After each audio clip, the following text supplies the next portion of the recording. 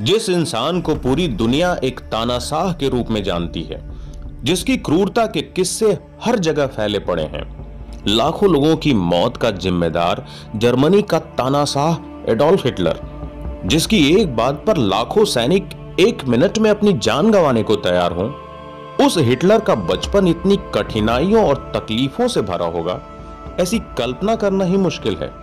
हम में से लगभग सभी लोग उसकी क्रूरता के बारे में जानते ही हैं। इस वीडियो में उसके बचपन के बारे में विस्तार से जानेंगे। ऐसी कौन कौन सी वजह थी जिसने एडोल्फ नाम के एक बच्चे के अंदर कठोरता का इतना गहरा बीज बो दिया।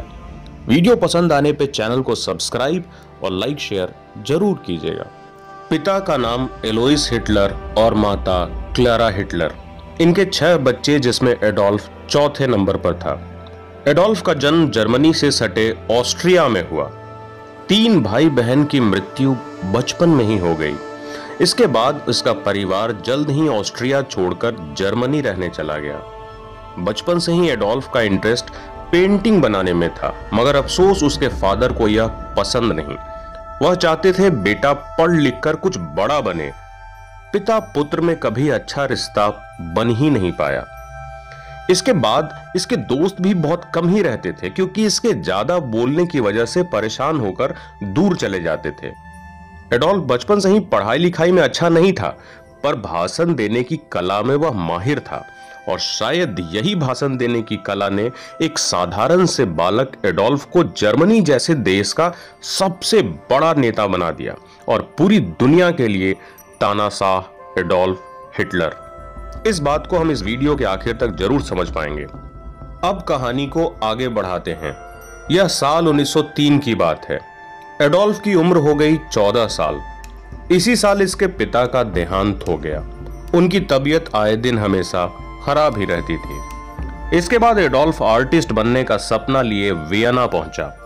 एकेडमी ऑफ फाइन आर्ट्स में सिलेक्शन के लिए ट्राई भी किया, मगर यहां सफलता नहीं मिली। उधर मां की तबीयत भी गंभीर बीमारी के कारण खराब ही रहती थी। 1907 में मां भी दुनिया से चल बसी। मात्र 17 साल की उम्र में एडोल्फ के सर से मां बाप का साया छिन गया। इस घटना से उसके परिवार को बड़ा झटका लगा। काफी परेशानियों का सामना करना पड़ा। कुछ साल के लिए वह अपने घर से दूर पढ़ाई करने हॉस्टल चला गया। जैसे तैसे गुजारा होने लगा। इसके लिए एडोल्फ को छोटा मोटा काम भी करना पड़ता। कभी कभार अपनी तकलीफों और दर्द को पेंटिंग का रूप दे देता। उसे बेचकर भी कुछ पैसे आ जाते। गरीबी, भूख, दर्द, तकलीफ, फुटपाथ, यह सब उसके जीवन का हिस्सा बनते जा रहा था। और यही वह समय था जब उसके मन में यहूदियों के प्रति नफरत की प्रबल भावना जन्म लेने लगी। उसे लगा कि यहूदियों ने तो जैसे जर्मनी पर कब्जा कर लिया है। हर बड़े बड़े पदों पर वही बैठे हैं। सारा पैसा उन्हीं लोगों के पास है। जर्मनी के मूल निवासी तो बस गरीबी और गुलामी का जीवन जी रहे हैं। उसके अंदर नफरत की भावना बढ़ने लगी। और भी कई कारण थे, क्योंकि यहूदी लोग दूसरी पार्टी को सपोर्ट करते थे और यह एडोल्फ को बिल्कुल भी पसंद नहीं था। ढेर सारी नेगेटिविटी के बीच एक पॉजिटिव बात यह थी कि Adolf famous comedy actor Charlie Chaplin का बहुत बड़ा फैन था। उसे नाटक देखना भी बहुत पसंद था।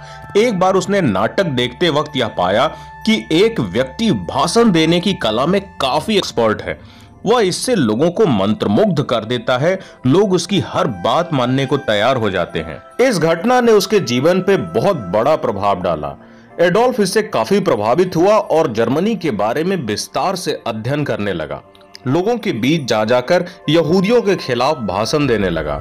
जर्मनी को सर्वश्रेष्ठ राष्ट्र बनाने का सपना दिखाने लगा। उसके बाद की कहानी तो हम सब जानते ही हैं, जहां से पार्टी, पॉलिटिक्स और तानाशाही का जन्म और अंत दोनों हुआ। Thank you for watching and visit again.